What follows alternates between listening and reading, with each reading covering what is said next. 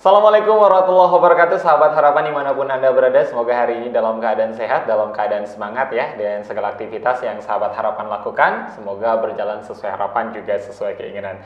Sebelum Faiz menyapa dan juga memperkenalkan narasumber Faiz di sore hari ini luar biasa. Sebelumnya Faiz mengajak untuk sahabat harapan semua, yuk sama-sama follow di semua sosial media Las Harfa, di Instagram, di Facebook, kemudian di Twitter dan juga di TikToknya. Jangan lupa juga nih teman-teman sahabat harapan ya, subscribe di channel YouTube-nya Las Harfa. Karena dengan subscribe teman-teman ini akan tahu aktivitas dan juga kegiatan Las Harfa setiap harinya. Sudah hadir di studio podcast Las Harfa.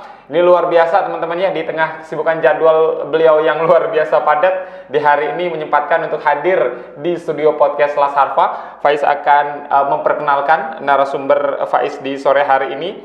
Beliau adalah Dr. Evi Sarifudin MM. Pak Dokter, Assalamualaikum. Waalaikumsalam, Bang Wes. Masya Allah, beliau adalah Ketua Program Studi atau Prodi Ekonomi Islam Program Magister S2 UIN Sultan Maulana Hasanuddin Banten. Masya Allah. Pak dosen sehat ya Pak Dok? Alhamdulillah sehat. Mungkin sebelum ngobrol tentang tema kita di sore hari ini Pak Dokter, soal peluang dan tantangan ekonomi syariah di Indonesia, mungkin bisa disapa-sapa dulu Pak Dokter, sahabat harapan semua. Assalamualaikum sahabat harapan semuanya. Kita berjumpa lagi di podcast Harfa. Mudah-mudahan podcast ini maju ya. Amin. Maju kemana ke situ? Maju ke situ, dan yang paling penting memberikan informasi literasi tentang gerakan zakat di Banten terutama. Siap. Kalau tadi kan sapa-sapa untuk penonton. Dan juga sapa-sapa untuk amil. Mungkin bisa sapa-sapa untuk mahasiswa-mahasiswi Pak dosen. Ya, mahasiswa semuanya, terutama mahasiswa di Pascasarjana UIN Banten. Selamat berjumpa semuanya di forum podcast ini. Mudah-mudahan kita semuanya bisa sharing tentang ekonomi syariah dan juga gerakan literasi tentang Islamic Social Finance di Banten ini dengan Las Harfa. Mantap, luar biasa ini ya Pak Dokter Evi yang sudah hadir di studio podcast Las Harfa sore hari ini. Pak Dokter, sebelum ke pembahasan atau ke tema kita di sore hari ini kan menarik ini kalau melihat bagaimana seorang Dr. Evi Sarifudin. Kita tidak berbicara Pak Dokter saat ini. 5 tahun kemarin, 10 tahun kemarin kan itu rasanya kalau mungkin bisa di-share juga bagaimana seorang Dr. Evi yang akhirnya saat ini menjadi dosen di S2 Universitas Islam Negeri Sultan Maulana Hasanuddin Banten. Perjuangannya seperti apa Pak Dokter? Ya, sebetulnya awalnya saya adalah praktisi, Pak. Saya lama di lembaga, awalnya di praktisi lembaga keuangan. Waktu saya mahasiswa, saya aktif juga di beberapa komunitas ekonomi syariah. Tapi kemudian saya memilih masuk ke industri dan juga sambil usaha waktu kuliah gitu. Kemudian baru pada tahun 2005 saya pindah ke Serang, gitu, jadi panjang. Nah, sebelum itu memang ada beberapa hal yang saya fokus malah di industri dan fokus kepada gerakan ekonomi syariah di Jakarta waktu itu. Siap. Artinya 2005 pindah ke Serang waktu itu dari Jakarta. Dari Jakarta. 2005 sampai sekarang 2022 udah lama ya Pak Dokter. Sekali, ya, ini artinya biasanya kalau sudah lama di Banten yang namanya golok, pisau itu harusnya udah kenal sih Pak Dokter. Kita coba ya gimana Pak Dokter? Boleh. Ini tim kreatif kita bakal ambil golok, pisau langsung ya. Misalnya Pak Dokter. Tapi sebelumnya dicoba dulu yang asli Banten. Yang darah dagingnya di Banten baru. Soalnya sudah dari 2005 udah hampir 20 tahun ya Pak Dokter ya. Artinya kalau masih berdarah sama golok ya harusnya nggak perlu lama-lama di Banten. Betah ya Pak Dokter di Banten dari 2005 sampai dengan sekarang? Bandingin sama Jakarta tuh enak buat nyari duit gitu lah, banyak luas, tapi untuk tinggal itu kayaknya asikan di Banten. Asikan di Banten. Sosialnya, makanannya, dan lingkungannya itu membuat saya kerasan di Banten. Ini menarik nih. Tadi Pak Dokter ngomong makanannya, itu ngangenin banget katanya di Banten. Faiz pengen tahu seberapa tahu sih makanan khas Banten. 5 aja deh Pak Dokter, nggak usah banyak-banyak. Satu rabeg. Rabeg boleh. Cecuer. Apem. Masih 2 lagi nih. Masih 2 lagi. Jorong. Satu lagi. Satu lagi apa? Ayo. Aduh. Yang paling enak tuh sate bandeng. Lulus jadi warga masyarakat Banten. Itu baru makanan Pak Dokter. Wisata di Banten kan banyak nih. Betul. 5 wisata di Banten. Wisata Banten, pertama yang saya suka Pantai Anyer. Pantai Anyer, 2. Ujung Kulon lah. Ujung Kulon, siap. Kemudian kalau wisata pegunungannya Pulau Sari. Pulau Sari, masih 2 lagi. Cuma saya belum dikembangin kan. Kemudian kalau wisata ziarahnya ya kita punya banyak tempat, tapi Keraton Surosoan itu dan Banten lamanya itu asik banget ya sebetulnya untuk kerasa secara roh spiritual itu kerasa banget. Satu lagi itu di tempat yang kalau wisata apa dulu nih? Wisata alam, wisata lingkungan atau bebas. Ya kalau saya sama anak-anak biasanya rutin kita ke daerah Pandeglang. Pandeglang tuh ke Cikole. Oh, lulus jadi warga Banten. 5 makanan khas Banten tahu, 5 lokasi wisata Banten itu tahu. Tapi kalau ngomongin Banten nih kayak miniatur Indonesia, Pak Dokter sepakat ya. Semua yang dicari itu ada. Wisata kuliner kita punya, wisata religi ada, wisata pantai ada, gunung ada, lengkap. Semuanya lengkap ya. Jadi kalau nyari apa jadi Banten bisa. Di Banten lama kan ada toponim dari Banten, Kebalen orang Bali dulu ya. Yes, betul. Dermayon, kemudian macam banyak. Siap Pak Dokter, akhirnya sekarang menjadi dosen di UIN Sultan Maulana Hasanuddin Banten gitu kan. Mengajar teman-teman di DS2. Apakah memang dari dulu ini sudah menginginkan menjadi dosen atau jadi dosen ini sebenarnya profesi yang tidak diperkirakan sebelumnya? Concern terhadap kajian ekonomi syariah sejak saya S1. Yes. Tapi kalau untuk menjadi dosen itu memang bukan tujuan tujuan awal gitu. Tujuan awalnya saya masuk di gerakan ekonomi syariah aja pada kajian itu. Tapi concern kajiannya sejak saya S1 memang ke situ. Yes. Siap. Tapi kemudian rupanya saya ingat salah satu doa dari guru saya juga pernah mengatakan kamu ini punya sisi untuk menjadi akademisi gitu. Ternyata doa beliau yang masuk. Alhamdulillah. Betah ya Pak dosen sampai sekarang? Betah, dan saya senang sekali di dunia akademis. Masya Allah, luar biasa. Pak dosen, kalau ngomongin soal aktivitas Pak dosen sekarang yang luar biasa padat gitu kan ya, dengan segala kesibukannya. Kalau boleh tahu Faiz, cita-cita pribadi dulu nih pengen jadi apa sih Pak dosen? Cita-cita saya dulu. Sebelum akhirnya jadi dosen dulu tuh kepengen misalkan jadi apa? Kalau kita kan misalnya pengen jadi pilot atau apa? Mungkin agak-agak aneh ya cita-citanya ya. Cita-cita saya dulu waktu kecil malah menjadi salah satu tokoh agama gitu. Tokoh agama siap. Ya, kiai lah sekarang. Rupanya belum kesampaian. Ya. Amin, sudah kesampaian siap. Ya, akhirnya itu lah posisi Kang Faiz. Jadi dulu pernah cita-cita itu ke sana. Memang orang tua saya kayak juga ke situ cita-citanya gitu. Termasuk waktu saya habis SD itu milih pesantren tuh datang ke orang tua saya, Pak. Saya pengen pesantren, Pak. Pesantren mana? Pesantrennya ini, saya sebut Darun Najah gitu. Kamu tahu dari mana? Nggak tahu, pokoknya saya cari-cari di koran ada baca ini, saya mau di sini sebenarnya.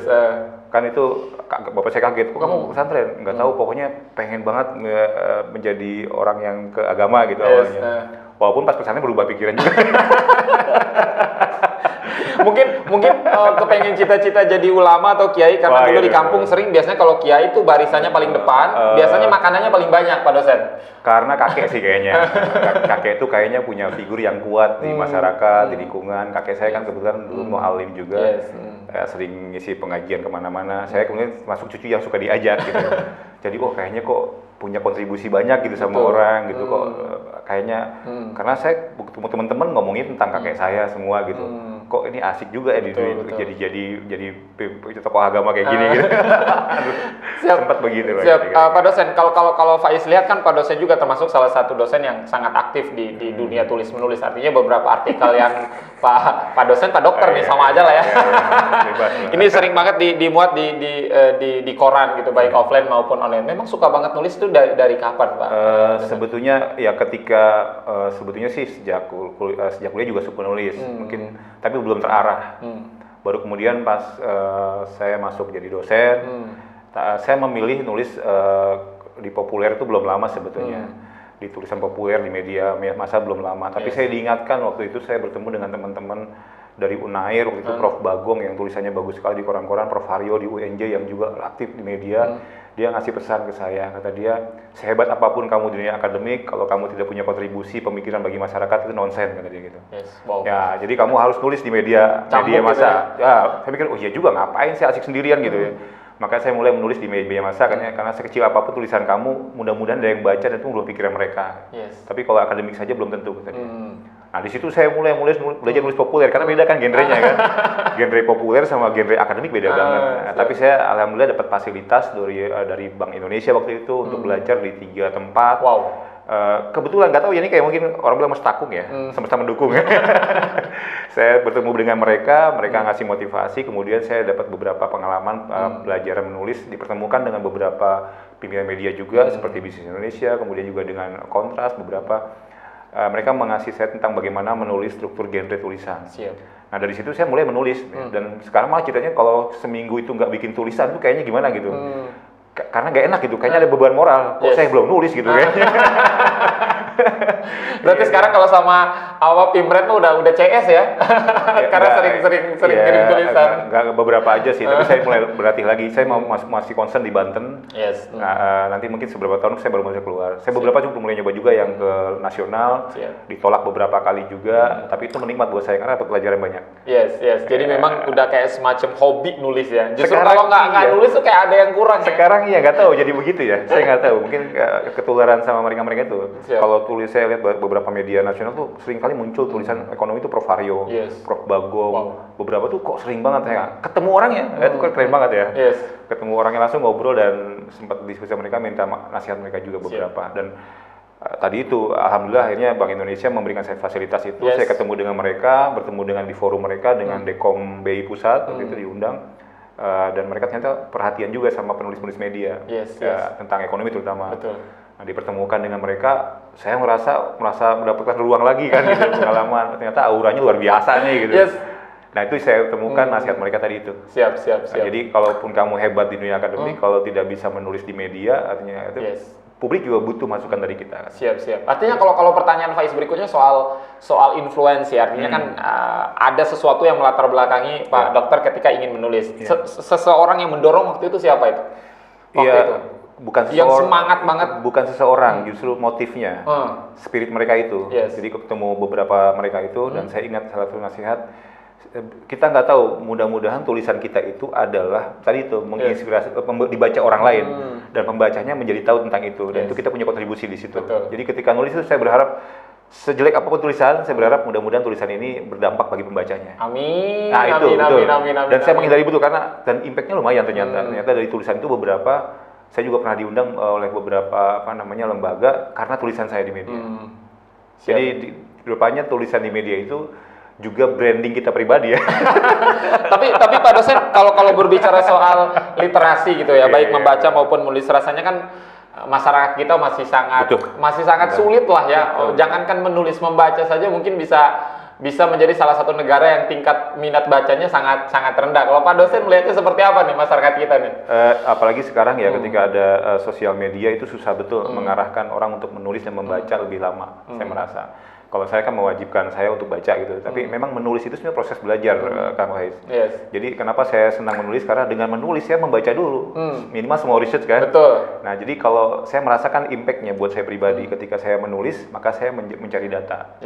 Ketika saya tidak menulis maka saya tidak belajar. Betul. Jadi menulis itu cara efektif buat belajar sebetulnya. Salah satunya ya. Dan juga tulisan saya ketika saya sharing ke mahasiswa, ke beberapa itu juga mereka juga bisa membaca pikiran kita dan semakin sistematis, Bang Faiz. Jadi persoalan itu kita baca lebih enak gitu. Betul. Nah, karena kalau dia belum tertuang itu kan belum keluar gitu. Tapi begitu tertulis dia kok lebih sistematis ya, lebih enak gitu memetakannya gitu. Dan tadi itu memang sekarang malah itu kalau kayaknya kok belum nulis gitu kayaknya enak. Siap. Tentu banyak hal yang dilakukan Pak dosen untuk bisa agar bagaimana semangat menulis ini tidak hanya pribadi tapi juga disalurkan kepada mahasiswa seperti itu. Nah, ini balik lagi ke tema nih. Ini yang belum dibahas sama sekali. Soal peluang dan tantangan ekonomi syariah di Indonesia. Seperti apa teman-teman? Kita rehat sejenak setelah yang satu ini.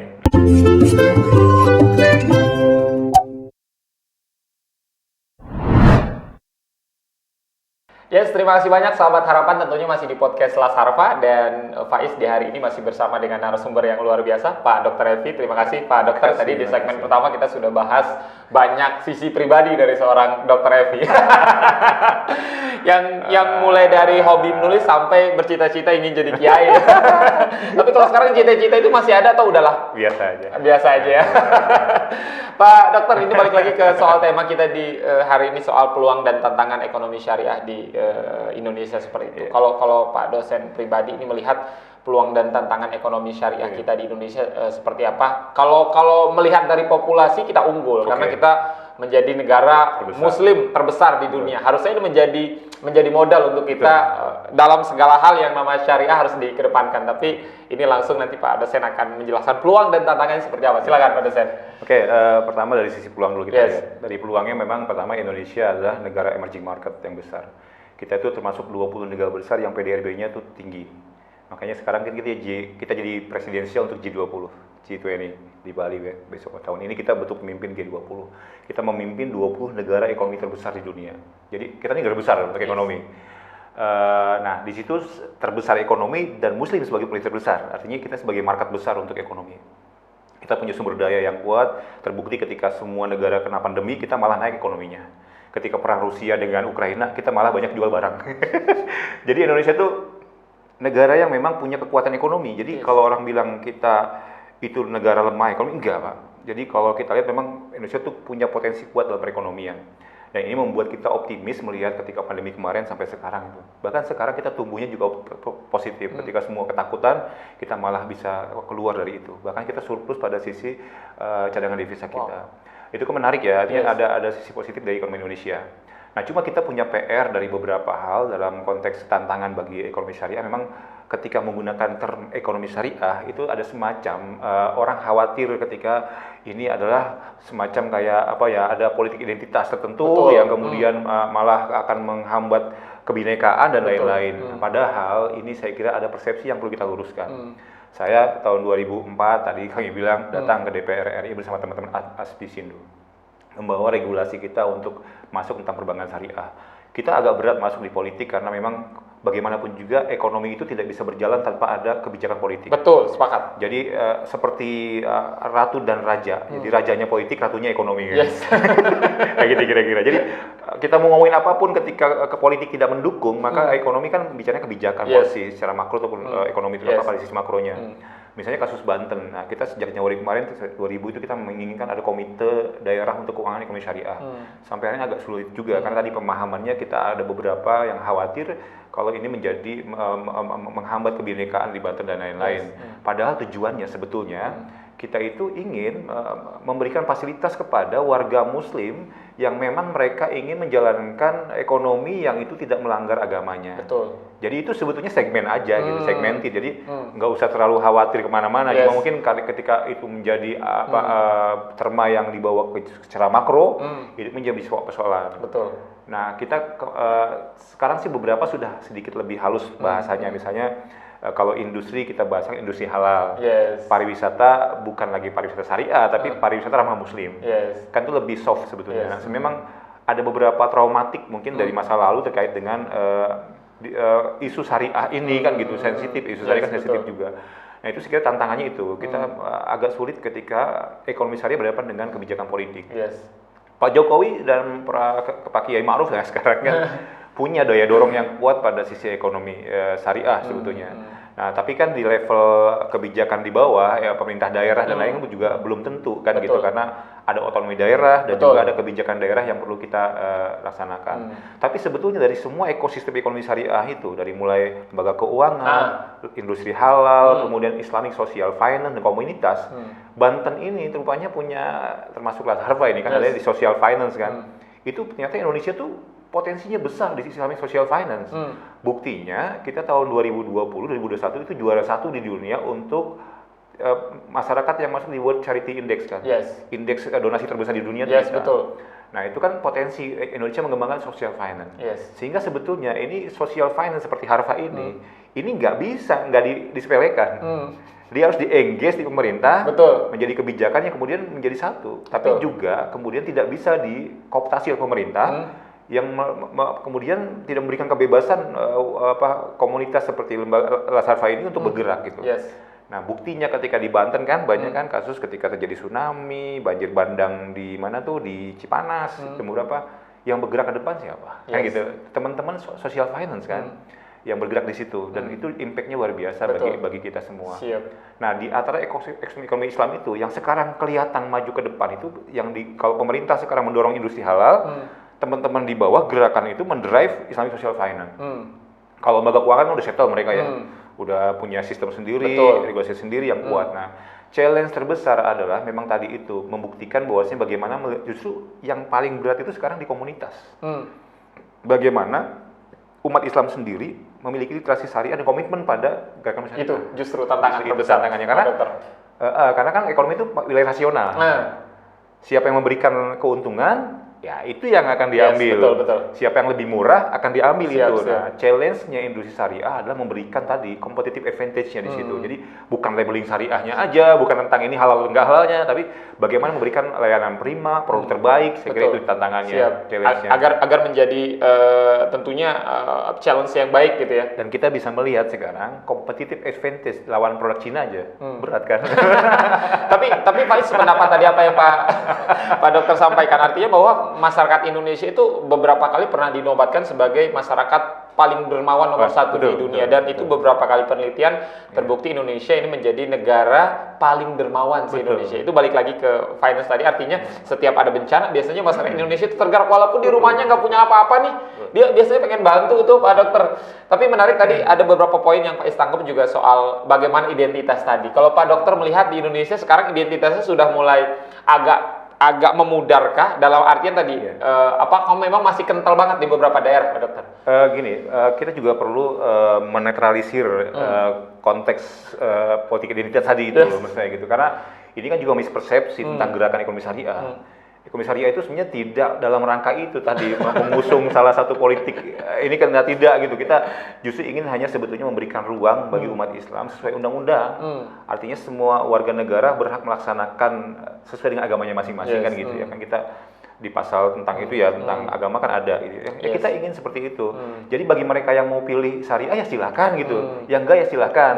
Nah, cuma kan kita ingin juga ada daya dorong pemerintah, daya dorong regulasi yang itu jalan. Nah, tentang bagaimana integritas tadi memudar atau tidak gitu. Saya kira tetap gerakan ini tetap berjalan karena ini kan sebetulnya amanah dari agama juga untuk kemudian memberikan ruang ada transaksi yang sesuai dengan syariah. Tentu kita pengen kan itu halalan thayyibah gitu. Tapi tidak hanya halal aja kan, juga thayyibannya kan gitu. Nah, sementara industri lain itu thayyibannya bagus gitu. Nah, kita punya PR ketika kita semua menggaungkan industri halal, apakah kemudian industri halal bisa mendorong produknya secara thayyiban gitu. Siap. Nah, itu juga challenge kita yang ke depan. Nah, tadi mengidentitas apakah memudar atau tidak memudar, saya kira persoalannya adalah bagaimana kita memahami identitas itu. Siap. Tapi menarik nih Pak Dokter, ketika kita berbicara syariah, rasanya sekarang hampir semua perbankan memiliki syariah. Apakah ini sebuah hal yang positif atau memang menurut Pak Dokter seperti apa? Justru kalau ketika masyarakat bisa menerima kata syariah itu menjadi sesuatu yang kemudian biasa saja gitu, itu gambaran betapa kita sudah matang berpolitik dan juga bermasyarakat. Artinya identitas yang membawa pada suatu agama tertentu tidak masalah bagi bangsa ini. Gitu. Tapi ketika masalah kan berarti ada masalah pada keharmonisan kita sebetulnya gitu loh. Kan gini, kalau orang sudah berbicara tentang perbedaan agama dengan rileks, berarti kita sudah selesai. Kita sudah pada tingkat yang tinggi dalam bernegara gitu. Nah, tapi persoalannya ada beberapa yang kemudian dengar kata, itu seksi banget, itu terlalu seksis gitu, terlalu identitas banget, terlalu sektarian kayak gitu, soalnya kayak gitu. Padahal nggak begitu maksudnya. Justru kita sekarang bagaimana itu, kenapa kita melibatkan negara supaya gerakan ekonomi syariah ini tadi bukan parsial dari suatu komunitas tertentu, tapi menjadi gerakan yang masif dan gerakan yang memang dipastikan oleh negara sebagai hak negara. Kalau saya boleh mengatakan lebih simpel lagi, ekonomi syariah adalah bingkai ekonomi Pancasila. Gitu. Luar biasa nih Pak Dokter menyampaikan. Jadi bagaimana kalau kita melihat sekarang tentu agak lebih baik ketimbang 5-10 tahun ke belakang. Bagaimana mendengar kata syariah dulu itu seperti apa gitu ya Pak Dokter. Tapi kalau sekarang rasa hampir semua industri perbankan ini sudah lembaga keuangan semua sudah familiar dan sudah engage lah gitu ya dengan itu semua. Siap. Kalau pertanyaan Pak soal berikutnya adalah daya dorong pemerintah dari kacamata seorang Dokter Evi seperti apa ini melihat syariah. Ya, kalau pemerintah pusat ya saya kira semenjak Kiai Ma'ruf dan Pak Jokowi menyatakan lewat KNEKS dulu, Komite Nasional Ekonomi Keuangan Syariah. Di situ ada gerakan yang sistematis yang disiapkan lewat namanya MAXI ya, Master Plan Pengembangan Ekonomi Syariah sampai tahun 2024. itu dibuat secara sistematis dan oleh KNKS dikawal dengan baik. Artinya dukungan pemerintah sudah cukup bagus pada sisi itu. Cuma kemudian dukungan pemerintah kan juga tidak akan sia-sia ketika turun ke bawah. Betul. Ketika di pusat, di bawah tidak berjalan kayak gitu kan. Nah ini juga pada tingkat daerah kita juga menginginkan itu sebetulnya. Sudah ada bagaimana regulasi muncul yang kemudian itu mendorong itu semua. Artinya kalau daya dorong tersebut tidak berlaku di daerah, itu tidak, artinya setiap daerah punya regulasi yang berbeda-beda. Kan kita punya otonomi daerah, punya otonomi daerah. Cuma memang ekonomi itu kan bagaimana sebetulnya dia bisa memberikan dampak bagi kesejahteraan sebenarnya. Challenge-nya di situ. Yes. Nah, ketika kita berdebat mengenai ekonomi syariah itu bilang tidak diberi ruang gitu, kan kita juga nggak bisa buktiin kayak gitu. Gitu. Nah makanya bedanya memang kita dengan negara, kalau suka bandingkan dengan Malaysia, beda lah. Kita itu driven by market, by community. Ekonomi syariah Indonesia itu digerakkan oleh masyarakat, sementara mereka oleh politik kan, beda kan. Nah tapi gerakan dari masyarakat ini sekarang sudah bersangkut paut dengan politik, karena gerakan syariah di Indonesia itu pada akhirnya itu menjadi daya tawar sendiri bagi pemerintah. Bagaimana Indonesia kemudian menjadi terpukul ketika tiba-tiba negara yang minoritas Muslim di negaranya cuma 5% tuh Thailand menjadi dapur halal dunia. Kan harusnya Indonesia. Itu tamparan keras. Oh, tamparan keras gitu kan. Kok tiba-tiba jadi ini gitu loh. Kenapa harus Thailand yang mendeklar dirinya sebagai dapur halal dunia gitu. Kenapa nggak Indonesia kan gitu. Kan kita terlambat kan di situ. Harusnya kita dari dulu kan gitu. Dulu ketika Singapura misalnya menjadi hub ekonomi syariah di Asia Tenggara, kan harusnya Indonesia gitu.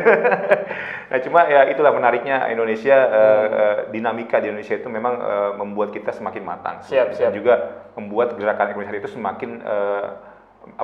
semakin kultural. Jadi kalau itu bisa menyatu, dan sekarang pendekatannya semakin soft sebetulnya. Pemerintah juga mulai menampung, dan diskursnya juga menjadi diskurs yang cukup menarik. Ini menarik juga Pak Dokter. Tadi beberapa kali Pak Dokter menyampaikan bahwa ekonomi syariah ini justru daya dongkraknya, daya tekannya ini awalnya lebih banyak dari komunitas. Artinya bukan lahir terlebih dulu dari pemerintah, dari komunitas. Ini seperti apa Pak Dokter? Saya kasih contoh, ya misalnya dulu yang gampang lah bagi zakat lah, sebagai bagian dari ekosistem ya. Kan berangkat dari Baitul Apa dulu ya. Kemudian Baitul Apa melahirkan gerakan ternyata luar biasa masif ya, ternyata potensi ini luar biasa bagi perekonomian kan. Muncullah kemudian lembaga-lembaga amil zakat, lalu muncul Basnas, kemudian tersintegrasi lembaganya. Kan itu dari masyarakat dulu.